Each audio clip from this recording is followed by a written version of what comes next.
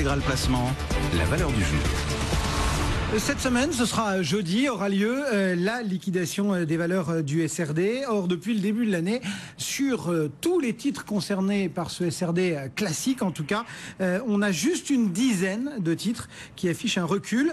On en parle avec Thibaut François. Bonjour Thibaut. Bonjour messieurs. Vous êtes cofondateur et associé de Fastea Capital.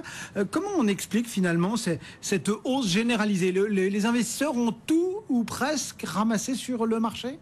Exactement, on est dans une logique de flux. Aujourd'hui, l'argent va vers la classe d'actifs qui est délaissée depuis de nombreuses années, qui offre encore un rendement intéressant, une valorisation plutôt attractive, et donc tout le monde se projette vers les actions.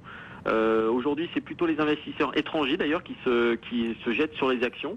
On s'en aperçoit notamment les anglo-saxons qui achètent beaucoup les actions européennes depuis le début de l'année et aussi les actions françaises. Je pense que les institutionnels français, les particuliers français viendront plus tard, malheureusement, peut-être en début 2016 après une belle année. On dit malheureusement parce que du coup ils vont arriver un peu tard.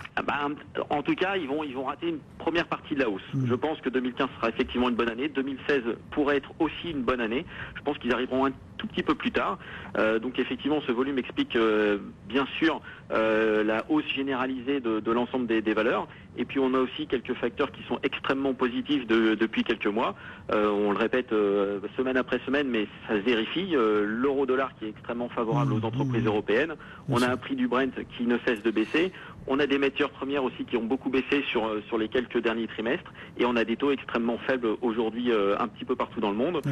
En plus, avec le QE lancé depuis quelques jours par la Banque Centrale Européenne, c'est vrai qu'on est plutôt dans un environnement grand vert. Alors, il y en a quand même quelques-unes qui baissent. Je le disais sur le SRD classique, comme on dit, c'est-à-dire qu'on exclut les valeurs qu'on ne peut pas vendre à découvert. Il y en a 10. Il y a Genfit, Bourbon, Morel, Areva, Total Gabon, GDF Suez, Air France, Atos, Vallourec et EDF. Qu'est-ce que vous inspire cette liste, Thibaut ?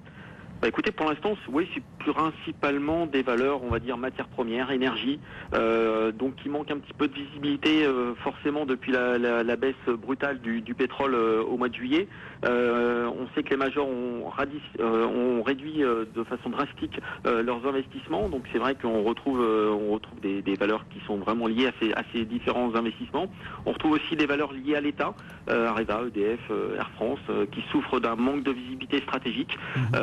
Sinon, à part ça, c'est vrai que toutes les autres sont plutôt dans le vert, donc je dirais pratiquement tout va bien. Voyons voir techniquement ce que ça peut nous inspirer aussi. Jean-Louis Cussac, on a regardé ensemble aussi cette liste d'une dizaine de valeurs qui sont dans le rouge depuis le début de l'année. Parmi ces 10-là, quelles sont celles qui éventuellement vous semblent présenter le plus d'opportunités techniques, graphiques ? Alors, il faut vraiment regarder les valeurs sous la forme de si elles ont beaucoup baissé, peut-être qu'elles offrent un potentiel de rebond important, mais si elles ont beaucoup baissé, c'est qu'il y a probablement des raisons fortes. Bien sûr. Donc en règle générale, on va essayer de trouver des valeurs qui sont peut-être un petit peu dans le ventre mou ou dans des situations techniques particulières. Et techniquement, justement, il y avait Atos et GDF Suez qui sont dans des situations, si vous voulez, de trading en range sur des points hauts. Et on ne peut pas dire que ces valeurs ont déclenché des signaux de vente, de dégradation puissants. Donc, ce sont des valeurs peut-être à acheter pour Atos vers la zone des 62-60 et pour GDF vers les 18-17 euros. Alors que par exemple Bourbon, qui a beaucoup baissé, évidemment on pourrait être tenté, mais non, franchement, il faut mieux mettre de côté, considérer qu'on s'intéressera à la valeur quand il y aura un vrai signal technique, des retournements de moyenne mobile, des choses comme ça, une dérive horizontale, une consolidation avant la reprise. Donc on va plutôt s'intéresser à GDF et Atos plutôt qu'à Bourbon par exemple. Thibaut, est-ce que fondamentalement vous avez tendance à rejoindre peut-être Jean-Louis et à considérer effectivement que dans ces 10-là, du côté de GDF, du côté d'Atos, il y a peut-être un coup à jouer ?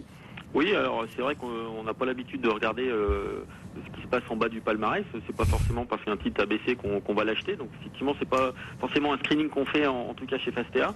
Je rejoins Jean-Louis effectivement sur la partie GDF Atos.